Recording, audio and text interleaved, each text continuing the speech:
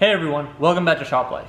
In this video, I'm going to give you a general overview of what you should do if your car is not getting ready for your emissions inspection. And by that I mean if your car doesn't have any check engine lights on, but you still have a couple of monitors that are not getting ready. The main ones that you'll probably see are the O2 sensors, the catalyst, secondary air, and the evap system. So there's sometimes these systems just don't get ready due to old sensors and stuff like that, or just minor vacuum leaks that are hard to diagnose and they're not throwing a code for any too lean or too rich mixtures. So I'm just going to show you on this BMW what to look for and what to change out. What we have here is a 2001 325i wagon. This is going to be similar for all the E46s. So whatever I show on here is going to be the exact process for the E46. But if you have another car, you might have the sensors in a different location as well as the vacuum lines in a different location. Start by looking at the engine bay. So this is an inline 6 made by BMW obviously.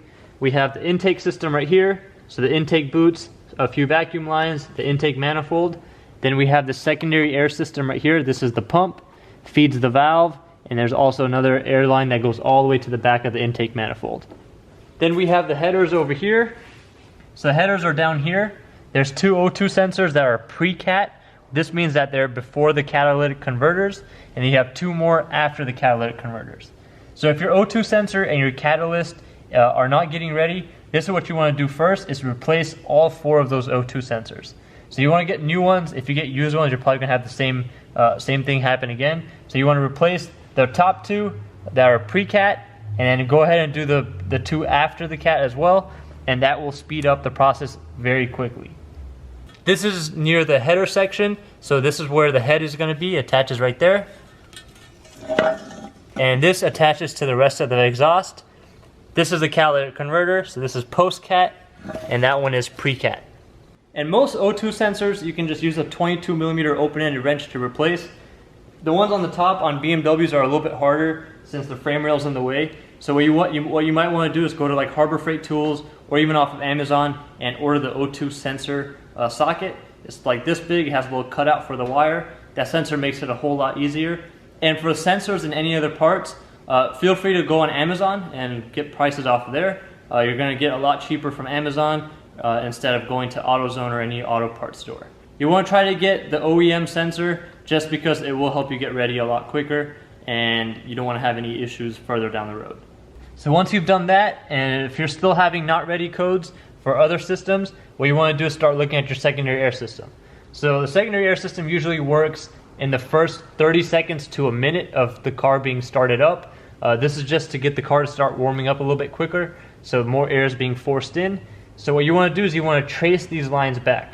So first, try to find any of your secondary air pump or anything like that. Ours is right here. So you can see this line is already cracking. So that's a potential vacuum leak that is not going to register, but it is a vacuum leak. So you can go ahead and replace this hose. Then you have this valve right here. There's a gasket that sits between this valve and the head. You want to replace that as well. And then you also have the line that goes from that valve all the way to the back of the manifold.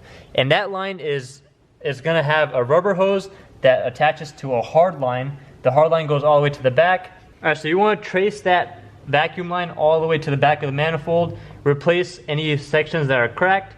Then you also have a few more vacuum caps in the back of the manifold. I'll show a picture of the back of the manifold here where you can see all the vacuum caps and whatnot. So you want to check those. The easiest way to check that is to remove this cabin filter housing assembly.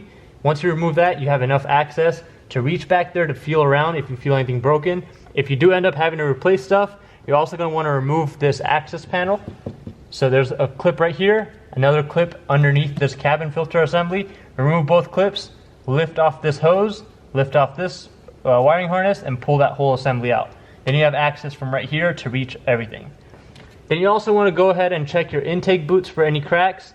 You have another vacuum line that goes from the fuel pressure regulator, as well as this one that goes from the brake booster adapter right down there. Check for all of those. Once you have all that completed, you can also go ahead and check the diesel valve. Remove it. It's held in with two T40 screws, and double check the flap mechanism to make sure that's working, as well as the seal is airtight. Now if you don't have a BMW and you have another type of car, you might also want to go ahead and check your EGR valve, your PCV valve. Double check all those systems.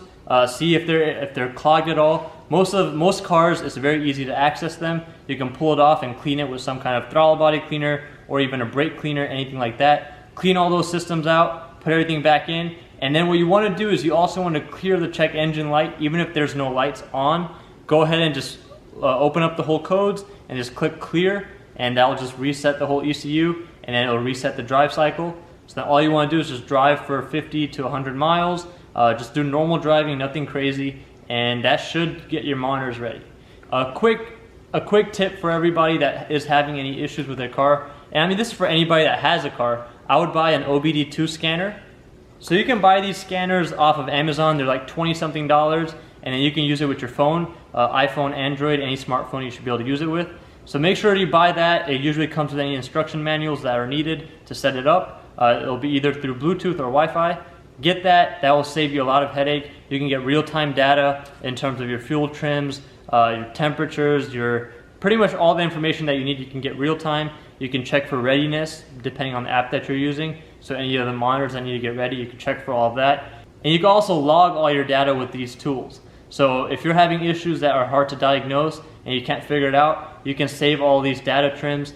And if you still have problems after going through these basic steps, feel free to contact me through Instagram at ShopLifeTV. And my shop is in Alhambra, California, right outside of LA. So if you guys have any issues and you're local, you contact me, set up an appointment. Since I do not take walk-ins, I only do appointments. So be sure to contact me first, and then we can set you up and get you on your way. If you guys have any other questions, feel free to leave a comment down below or just shoot me a message on Instagram. Once again, that's at ShopLifeTV, and I'll try to get back to you as soon as possible. Thanks for watching.